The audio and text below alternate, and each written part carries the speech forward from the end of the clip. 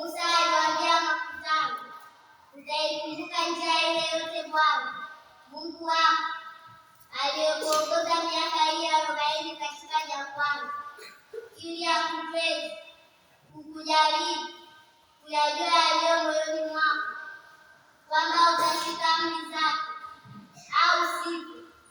Akakupeni, akakuacha uone njaa, akakulisha kwa maji usiyojua wewe wala baba zako hawakuijua, apate kukujulisha kuwa mwanadamu haishi kwa mkate tu, bali kuishi kwa kila litokalo katika kinywa cha Bwana.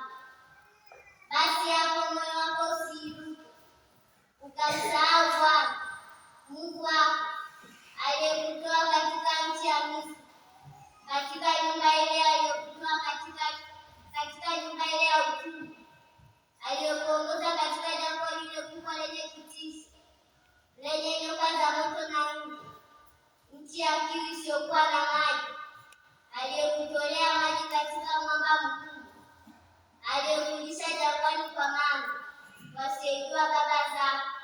Neno la Bwana.